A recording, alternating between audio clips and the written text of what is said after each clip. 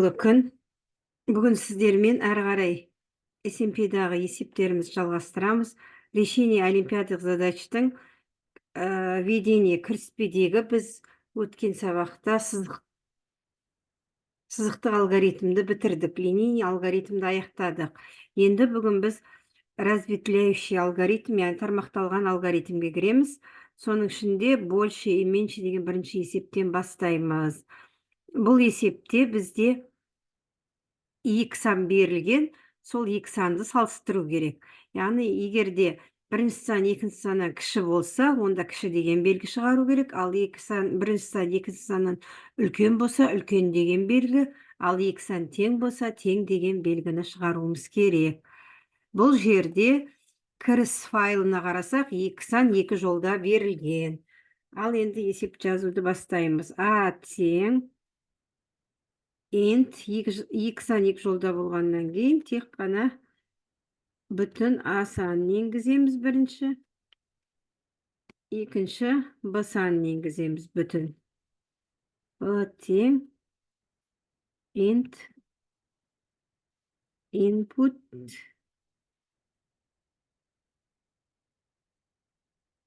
енді бізге осы екі санның салыстырамыз. Егер тармақталған алгоритм бойынша егер деп бастаймыз. Егер if деп жазылады.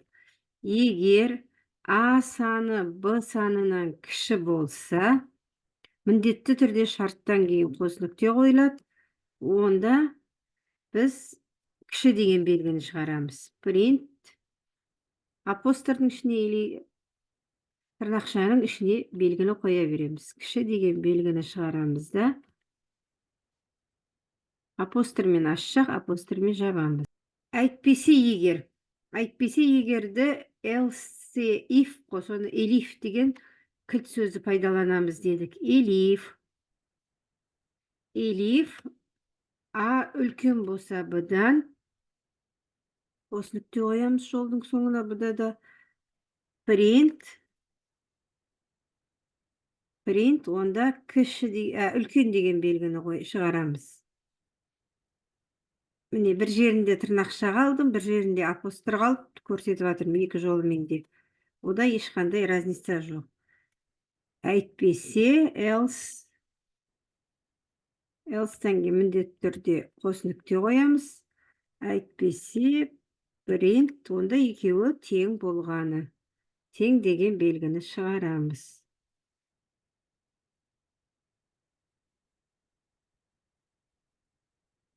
Енді elif, else барлығы бұрыннан білетін шығарсыздар, түсінікті. Жіберіп көрейік, отправить етейік.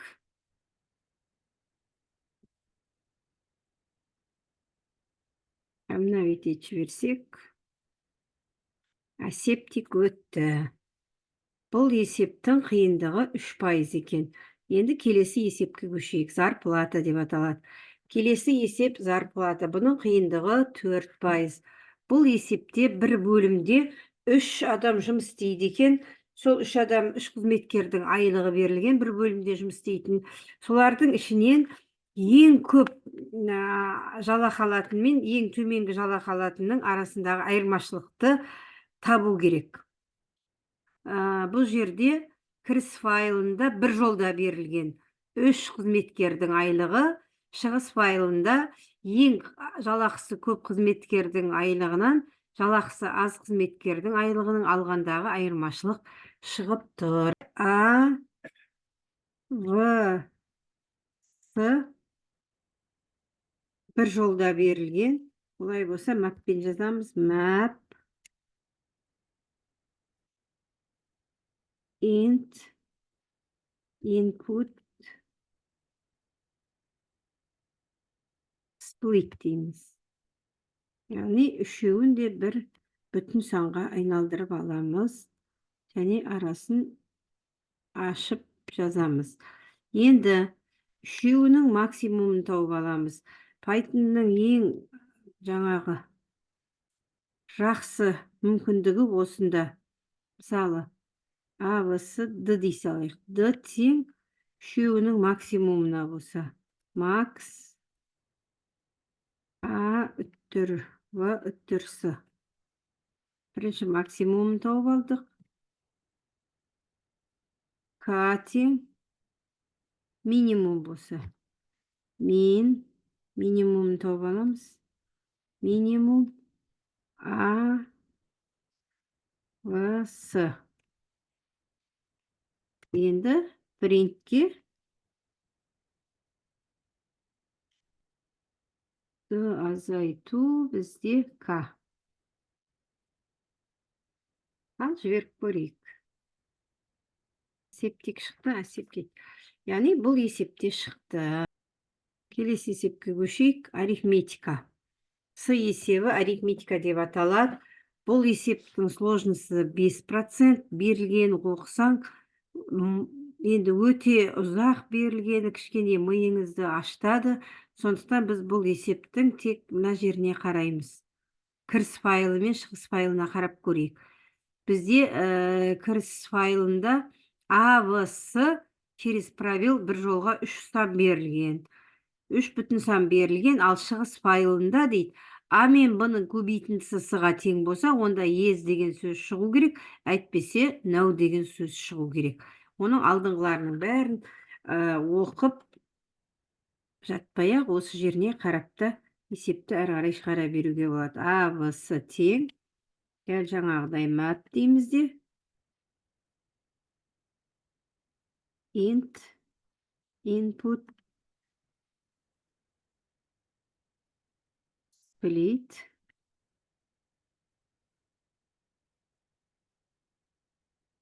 енді А мен Б-ның көбейтіндісі С-ға тең болса дейді. Егер деген бізде if А көбейту Б тең ба С-ға дегенде тең белгісі 2 рет салынады.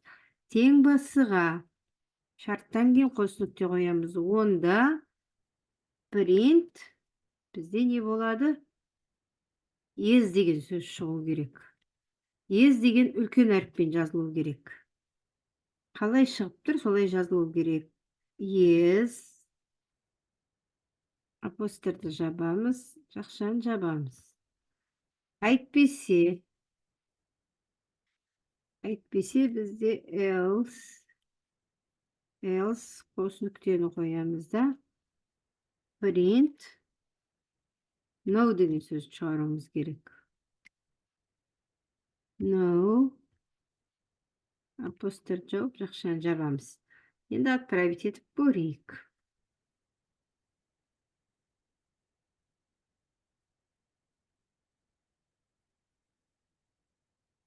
Обновить етіп жіберейік. Міне, есептік шықты. Яғни есеп шықты. Бұл есепте. Келесі бізде есеп счастливый билет дейді. Бақытты билет деген есеп. Енді бұл есепте уже 4-ші есеп па бұл? Қиындай бастайды. Сложнысы 12% екен. Бақытты билет дейді. Бақытты билет деген не жандай? Қоғамдық көлікке мінген кезде, билет алған кезде, соның ішінде бақытты билет шығады. 6 билеттің саны 6 цифрдан тұрады екен.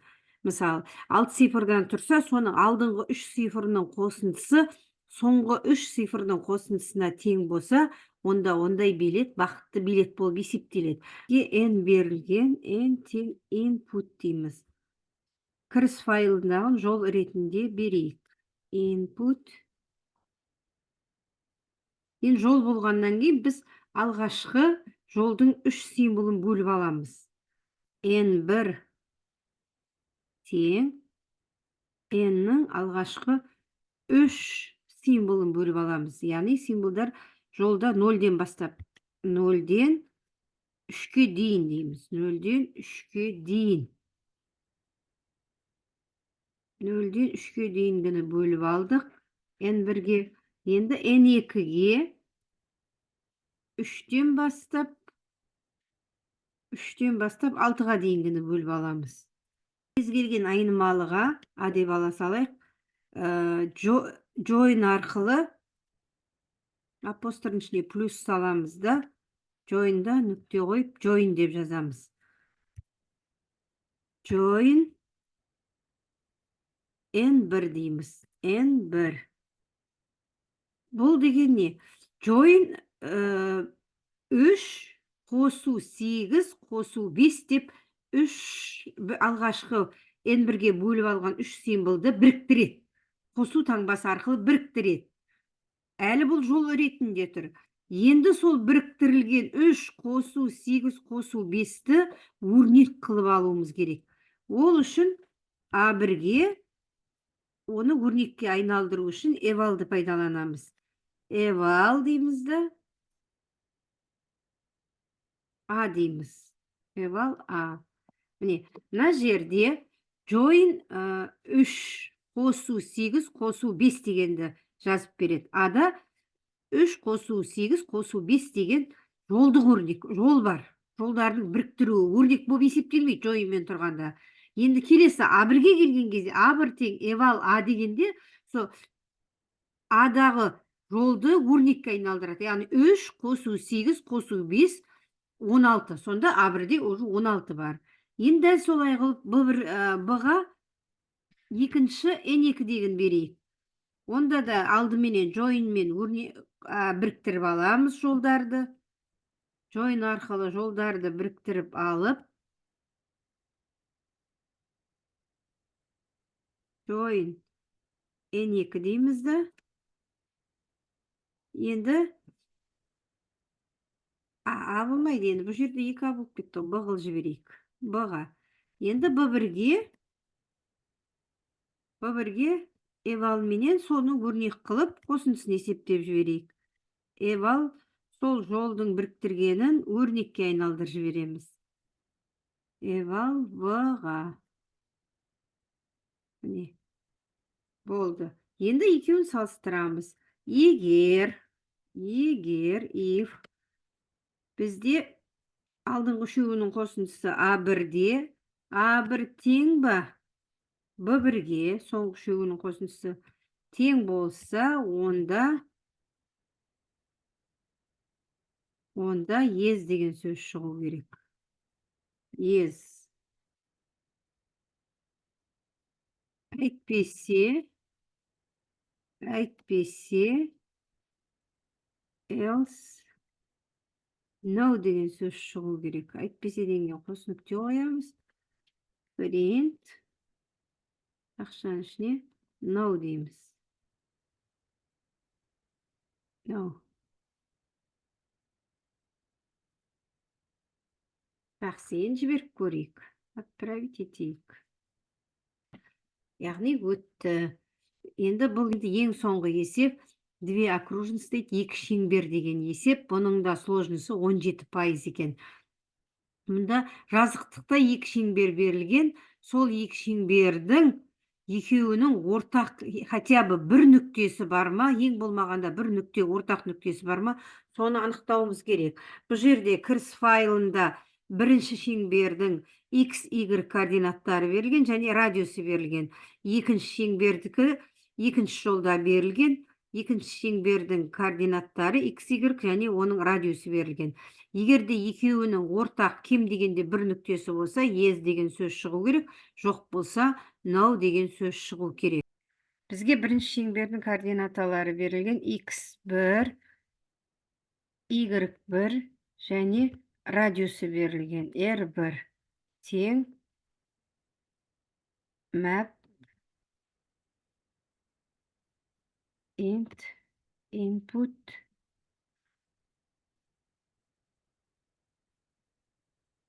split.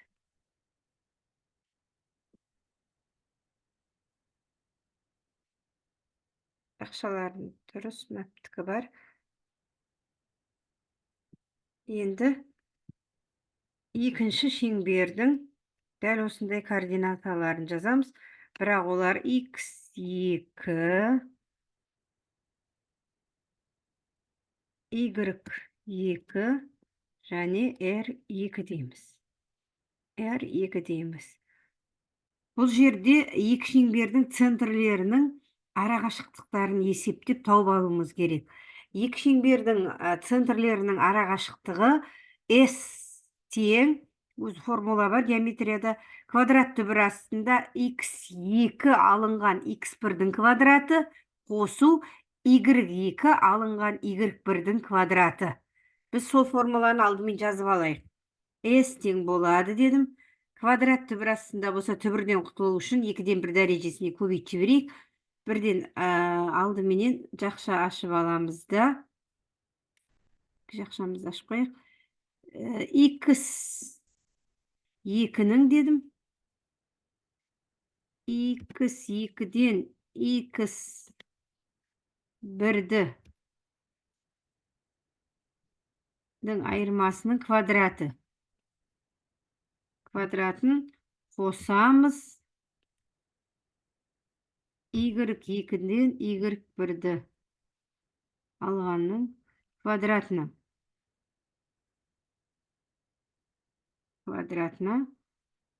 Жақшаны жауып, осының 2-ден 1 дәрежесі, немесе 0,1 дәрежесі дей берейік. 0,5 дәрежесі дейік бірден. 2-ден 1 дегеніміз түбірден құтылу үшін жазып жатырмын. Мына формула деген сөз екі шеңбердің центрлерінің арақашықтығының формуласы. Шеңбердің радиустары бірдей болған жағдайда осы арақашықтық солардан кіші болу керек, радиустарының қосындысынан. Ал егерде екі шеңбердің радиустары әртүрлі болған жағдайда, екі шеңбердің радиустарының айырмасынан мына арақашықтық үлкен болу керек. Сондай жағдайда ғана екі шеңбер бір-бірімен кем дегенде бір нүктеде қиылса.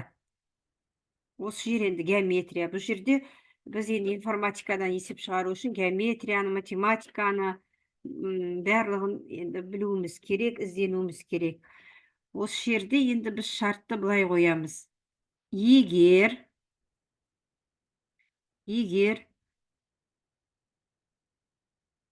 екеуінің екі шеңбердің радиустары бірдей болса, онда олардың қосындысын аламыз дедім ғой. R1 қосылған R2-ден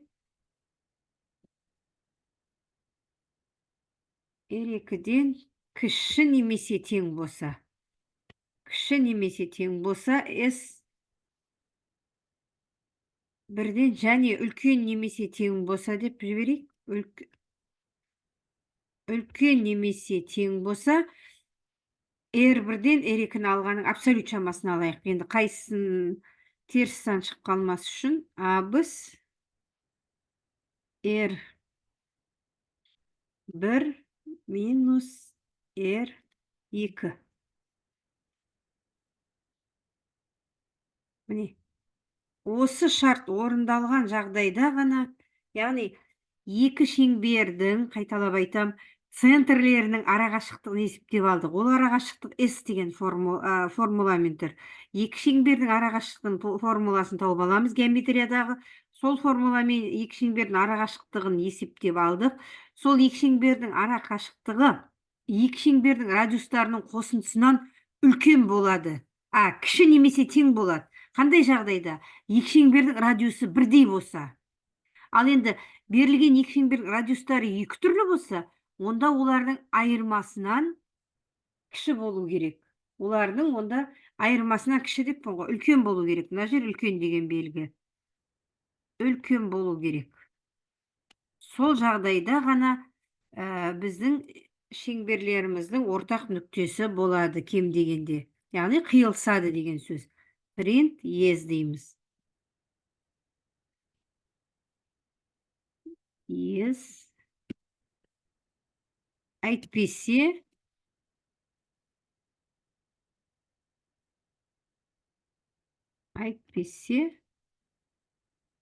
print no.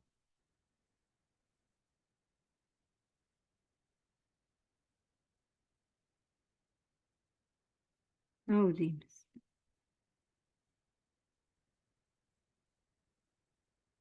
Ал енді жіберіп көрейік. Міне әсептік өтті. Сонымен біз бүгін сіздермен тармақталған алгоритмнің 5 есебін талдадық. Жақсы сау болыңыздар.